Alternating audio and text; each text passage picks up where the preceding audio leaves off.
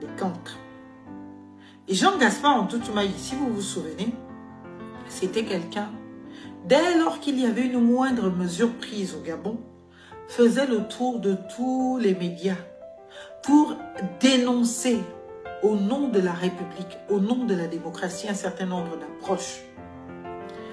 Mais ce même Jean-Gaspard Ntoutumayi, on le voit circuler en commentaire sur un post qu'il aurait fait, qui serait de nature à condamner sans condamner le projet de constitution, ou du moins à interpeller à la bonne moralité et bien des personnes qui gouvernent. Ce Jean-Gaspard Ntoutumayi, qu'est-ce qu'il a fait? Ce Jean-Gaspard Ntoutumayi a fait quelque chose. Eh bien, à la question de lui demander comment ça se fait qu'il soutienne le projet de constitution alors que lui-même il est concerné au premier plan par rapport à la constitution de sa vie privée, par rapport à. Vous savez ce qu'il répond? Il répond que, eh bien, l'intérêt supérieur de la nation est au-delà de sa petite personne. Donc, comme c'est l'intérêt supérieur de la nation, et c'est pour le Gabon, il choisit, lui, de se retrouver violé dans ses droits pour plaire à l'intérêt supérieur de la nation. Je peux même retrouver le terme exact de ce qu'il a dit, parce que ça m'intéresse. Parce que quand quelqu'un t'a traité un jour de cancre, ou t'a assimilé à la bassesse, il faut peut-être regarder de très près ce que vaut réellement cette personne et quelles sont les valeurs que prétend défendre cette personne. Le texte, il est quelque part. Il faut que je le retrouve.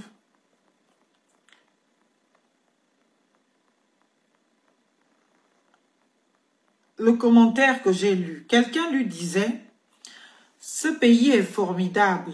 Une fois qu'on est dans le mangement, on ne parle que via des images. Le DG de la dette est contre cette constitution parce qu'il est concerné par l'article 53.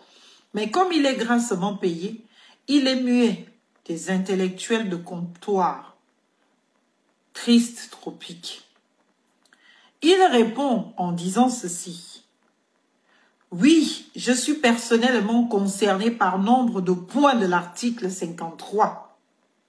Mais, contrairement à vous, je ne vais pas me prononcer sur la constitution de mon pays par opportunisme ou au regard de ses conséquences sur ma petite personne. Nous valons bien plus que cela. Non, vous ne valez pas bien plus que cela. Vous êtes pire que les PDG d'hier.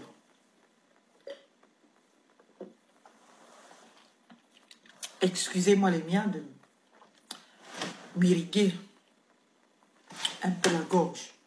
Vous êtes pire que les PDG d'hier. Il n'y a pas plus larbin que vous par rapport aux PDG d'hier. Je vous le dis, je le répète, c'est Marlène Fabienne Essola qui a dit, il n'y a pas plus lâche. C'est de la couardise que vous faites. Il n'y a pas plus larbin, il n'y a pas plus lâche. Vous n'avez jamais eu de conviction. Jamais.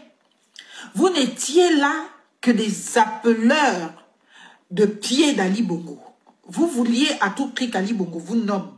Mais comme Ali Bongo et ses équipes connaissaient vos vraies valeurs, ils n'ont jamais été intéressés par vous. Ils n'ont jamais été intéressés à vous nommer. Parce qu'Ali Bongo et ses équipes savaient que vous ne valez pas grand-chose. Que vous ne valiez pas grand-chose. Ils savaient que vous ne valiez et vous ne représentiez rien. Que vous surfiez sur quelques petits mots démocratie, république, sans fond. Je l'ai démontré un jour à l'occasion de l'une de vos interventions sur la concertation politique qu'il y a eu avant les élections. Et vous faisiez une interprétation totalement fausse des articles de la Constitution. Je pense qu'il y en avait 83 et autres. Sur les différents recours à la Cour constitutionnelle, j'avais constaté que pour un homme politique de la carrure que vous prétendez avoir, il est urgent, il est impérieux que, pour une expression sur une question de droit, si vous n'êtes pas juriste en longtemps, que vous vous fassiez au moins briefer par un juriste qui va vous aider à maîtriser votre expression pour qu'elle corresponde à l'ordre public et surtout pour qu'elle corresponde à une interprétation juridique recevable. Parce que je vous avais fait cette interpellation, vous êtes venu m'attribuer, appartenir au PDG. Et vous m'avez traité de cancre. Je n'oublierai pas ça. Aujourd'hui, on découvre votre bassesse, votre lâcheté, votre inconséquence, votre irresponsabilité. Parce que vous êtes irresponsable, vous êtes d'une bassesse absolue et vous êtes surtout d'une couardise qui ne dit pas son nom. Vous êtes lâche, c'est le mot. Il n'y a pas autre mot, c'est la lâcheté. Parce que même l'explication que vous tentez de donner, chers compatriotes, c'est une explication qui ne peut pas tenir. Vous êtes membre d'un parti politique, je suppose que ce parti politique a des conseils juridiques. Donc des personnes qui vont vous dire, qui vont vous expliquer en droit ce que veulent dire les choses. Si vous n'êtes pas juriste et vous ne comprenez pas ce que veulent dire des choses, vous dites que vous avez décidé de vous taire et de ne pas vous prononcer parce que, bien que concerné par les restrictions de vos droits, de l'article 53 de votre projet de constitution, vous avez décidé de ne même pas dire mot. Pourquoi? Pour une simple et bonne raison, parce que vous estimez que votre petite personne n'est pas au-dessus, j'ai envie de dire, du pays. Vous valez mieux que ça. Mais non, ce n'est pas possible, cher Jean-Gaspard Ntoutoumai. Je vous explique pourquoi. Une constitution, elle a deux principales vocations. Protéger les droits et garantir de l'effectivité de la séparation des pouvoirs afin que, naturellement, il y ait équilibre des pouvoirs et qu'il y ait paix sociale pour que le pouvoir arrête le pouvoir. C'est cela l'objet d'une constitution. Une constitution ne peut donc pas être de nature restrictive de droit. Et ce que vous pensez vous concerner, vous, personnellement, Jean-Gaspard Ntoutoumai, est en réalité de portée générale et impersonnelle, c'est-à-dire comme une loi. Une loi, elle définit les termes généraux et impersonnels dans lesquels tous les citoyens peuvent se retrouver pourvu qu'ils cochent les cases de ce qui a été défini par cette loi. Donc ça ne concerne pas votre petite personne de Jean-Gaspard Ntoutoumai. En réalité, la République n'a rien à foutre de votre petite personne dans cette conception-là. Ici, ce qui est en cause, c'est la violation des lois de la République, des dispositions internationales que vous avez pris le soin de mettre dans le préambule de la Constitution. C'est-à-dire qu'une petite analyse, une petite lecture, eh bien, de 1789 que vous avez mis dans le préambule de la Constitution, de 1948 que vous avez mis dans le préambule de la Constitution, vous aurez naturellement évité de venir déblater des conneries. C'est dire là, ô combien vous êtes cancre. Il ne s'agit pas d'une personne, il s'agit de toutes les personnes qui se retrouveraient dans cette situation. Donc le fait pour vous de vous taire et de vous éteindre, c'est accepter que, au-delà de vous, votre petite personne, d'autres Gabonais qui se retrouvent dans la même configuration se voient leurs droits, eh bien, restreints. Vous voyez comment vous n'êtes même pas capable d'honnêteté intellectuelle. Vous pensez que cette disposition ne concerne que votre petite personne et qu'au nom de votre petite personne, vous décidez que vous vous taisez parce que votre petite personne n'est pas au-dessus de la République. Mais avez-vous imaginé, analysé, évalué le nombre de Gabonais concernés par l'article 53 que vous justifiez? Qu'allez-vous faire si le CTRI, comme ça se dit déjà dans les médias, modifie cette disposition? C'est dire votre profonde lâcheté. C'est-à-dire que vous êtes même incapable de dire que je ne suis pas d'accord avec cette disposition. Vous avez affirmé être d'accord avec cette disposition, au-delà de ce qu'elle soit attentatoire à vos droits les plus élémentaires. Si vous ne pouvez pas défendre ces droits-là pour vous personnellement, défendez-les pour vos enfants. Parce que vos enfants, eux, n'ont pas envie de se constituer lâche dans la projection pour dire que demain, papa a décidé de voter un texte qui me restreint mes droits, donc j'accepte de me subir la décision de mon père. Si vous n'avez pas d'ambition présidentielle, s'il vous plaît, donnez l'opportunité à vos enfants de rêver. Ne limitez pas leurs rêves, ne limitez pas leurs choix et leur dire que non, vous savez, comme moi je suis Gabonais et que votre mère est peut-être étrangère, à un moment donné, Vous ne pouvez pas prétendre à la présidentielle. Vous allez donc devoir éduquer vos enfants dans cette limitation de leur déploiement. Je ne sais pas s'il y a pire lâcheté que cela. Vous avez reproché aux anciens pédégistes de n'avoir pas dénoncé. Pourquoi vous ne dénoncez plus? Vous avez reproché aux anciens pédégistes de n'avoir pas démissionné. Pourquoi vous ne démissionnez plus? Dites-moi. Il faut les voir. Je soutiens le CTRI, mais je ne suis pas contre ceci. Mon Dieu. Même les pédégistes d'hier ne se sont pas affichés aussi minables, aussi lâches. C'est à vomir. Si vous pensez que la loi en question ne concerne que votre petite personne, ça veut dire que vous n'y comprenez rien à ce qui se passe, comme d'habitude. Et que vous avez toujours pris vos petites béquilles, soit les petits diplômes récoltés à gauche, à droite et autres, on se sert de ces béquilles pour justifier d'une expression publique qui est totalement hors droit, qui est totalement hors propos, qui est totalement dépourvue de raison. Parce qu'au nom de quoi? Une disposition qui ne concerne pas que toi, ta petite personne, monsieur Jean-Gaspard Antoutomaï, qui concerne tous les Gabonais qui se retrouvent dans une situation, c'est ça la vocation d'une loi, c'est de portée générale et impersonnelle. C'est-à-dire que ce n'est pas nominatif, ça ne concerne pas un individu particulier, mais ça concerne tous les individus qui se retrouvent dans la situation décrite dans l'article 53. Tous les individus qui ne sont pas nés de père et de mère gabonais, eux-mêmes nés de père et de mère gabonais. Tous les individus qui ne sont pas mariés aux Gabonais. Tous les individus, eux-mêmes de père et de mère gabonais, c'est eux que ça concerne. Donc, c'est de portée générale et impersonnelle. Ça ne nomme pas que la loi ou la disposition là ne concerne que Jean-Gaspard Antoutomaï. Donc, Jean-Gaspard Antoutomaï décide d'être le sacrifice de la République. Donc, il ne va pas se battre, il accepte cette disposition pour sa contribution citoyenne. Est-ce que vous vous entendez? Mais vous êtes minables en réalité. Les pédégistes d'hier, au-delà d'en faire une quelconque promotion, ont été plus à la hauteur que vous.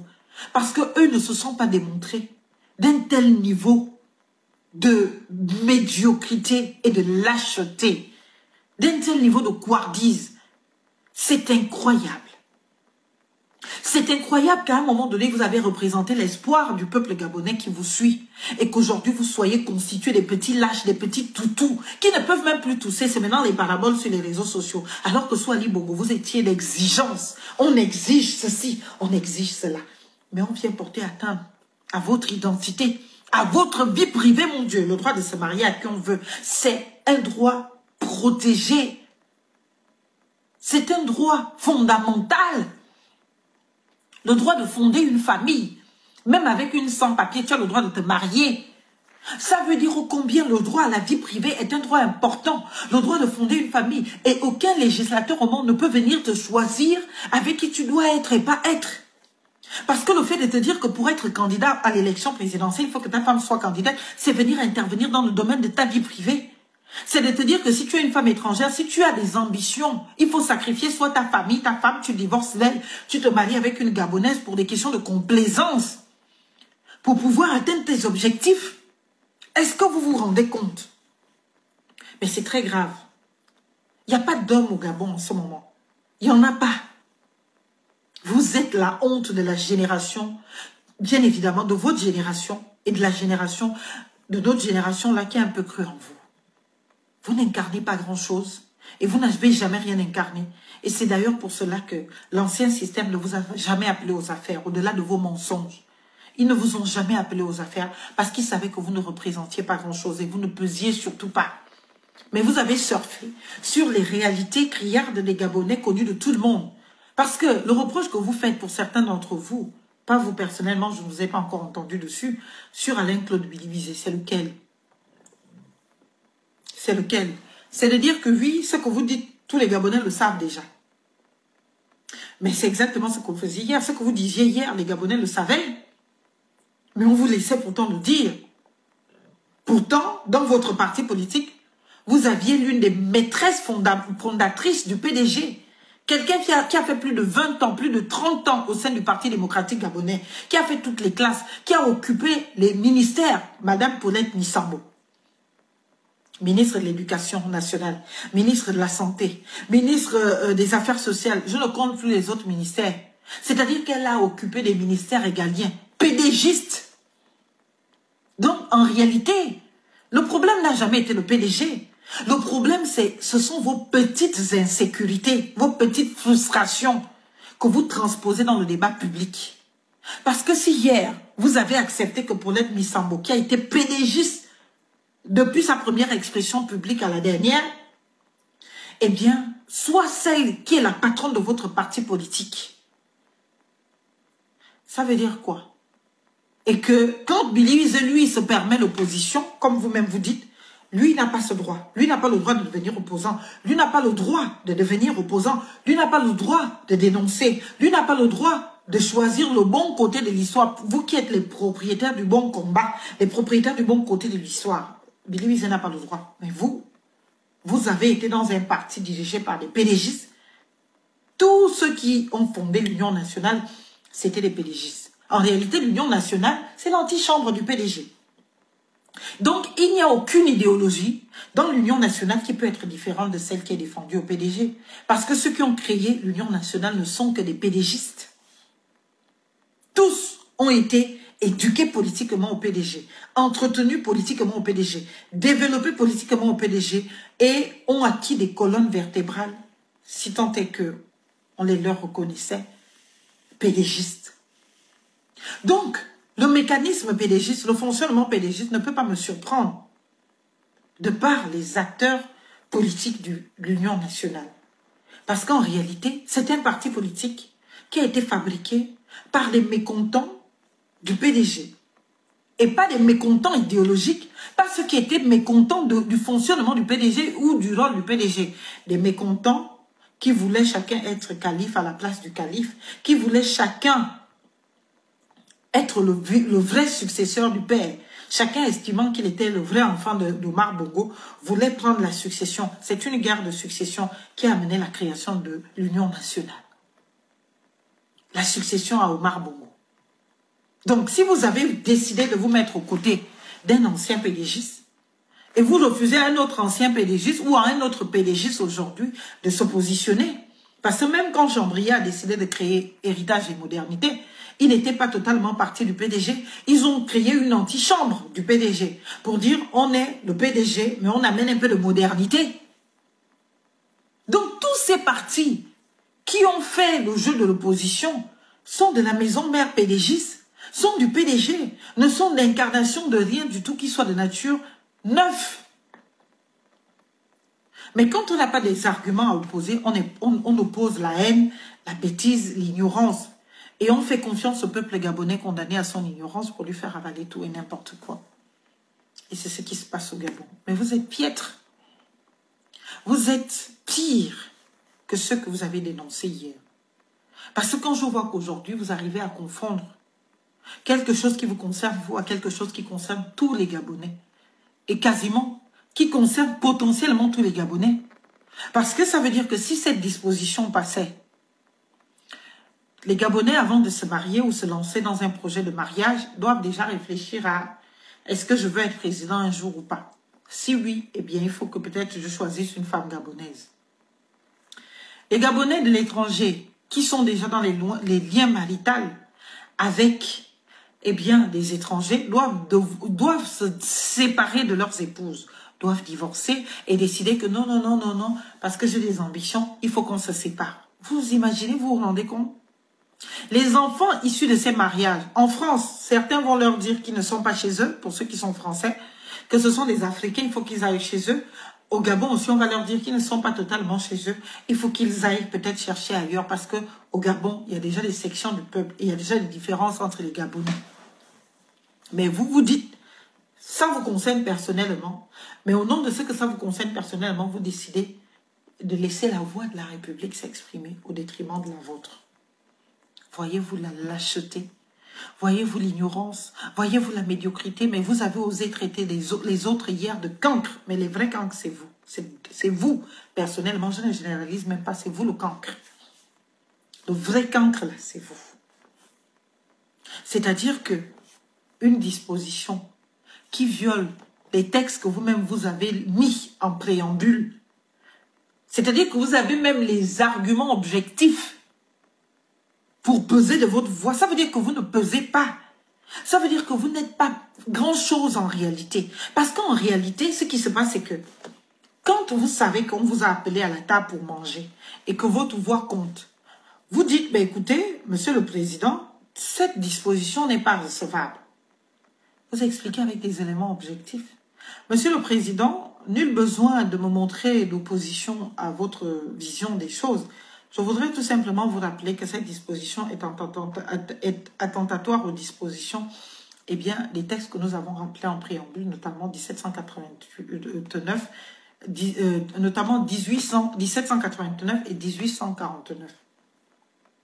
À partir de cet instant, on ne peut pas retenir parce qu'on ne va pas créer une constitution qui s'auto-ampute, qui s'auto-viole. La vocation d'une constitution, c'est de protéger les droits, garantir la protection des droits et garantir de la détermination de la séparation des pouvoirs. Et au travers de cette décision, on est en violation totale de cette ambition de la Constitution qui est celle de garantir la protection des droits. Donc, je pense que cet argument ne peut pas être recevable. Il faut le faire sauter. Maintenant, si vous exprimez ça au président, vous l'expliquez au président. Le président, si vous avez accès à lui, bien sûr, il ne vous écoute pas. En homme de parole, en homme digne, en homme de valeur, en homme de je ne sais pas, de principe, vous démissionnez. Vous dites oui, vous ne pouvez pas comprendre que le président mette dans une constitution une disposition qui porte atteinte aux droits absolus pour certains, aux droits fondamentaux de l'homme humain, aux droits du citoyen. Et vous avez les dispositions dans les deux textes que je viens de vous citer qui interdisent cela.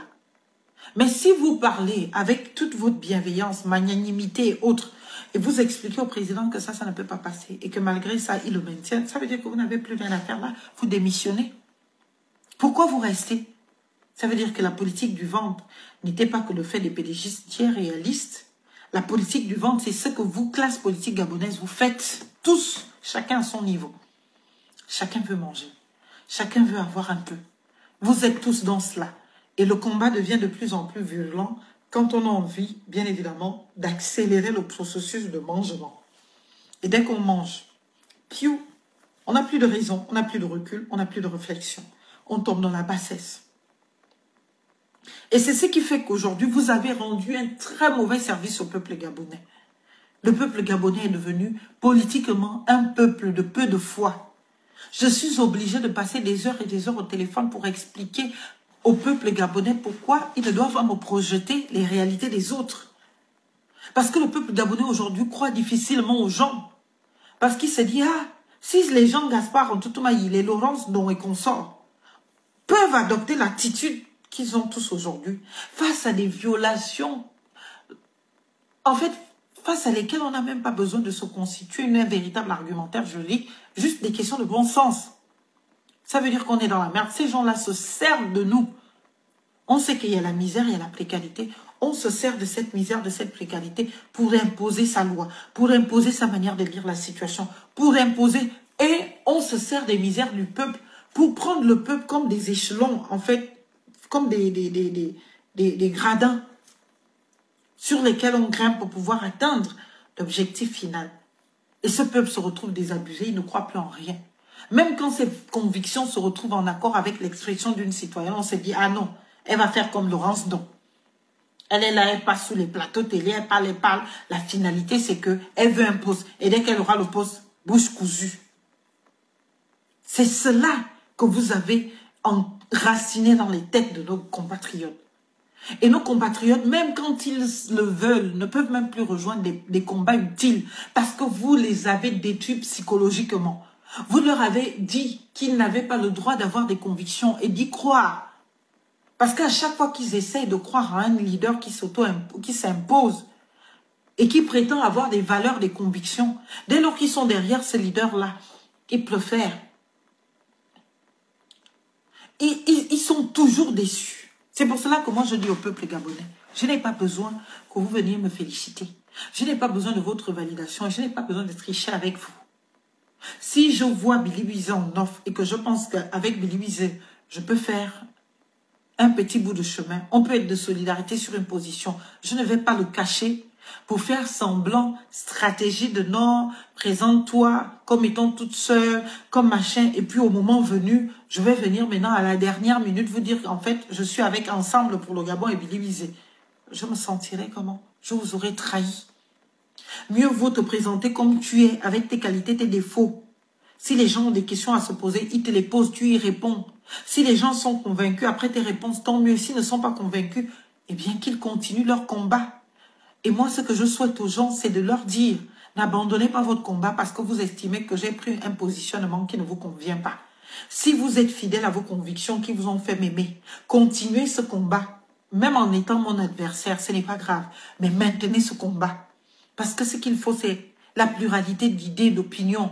Et plus les gens s'affirment de conviction, mieux on organise la vie de la société. Parce que ceux qui sont au pouvoir ne pourront plus se permettre de faire tout et n'importe quoi.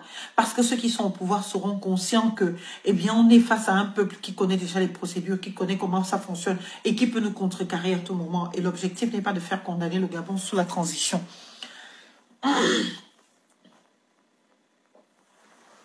Donc ce peuple-là va se réparer.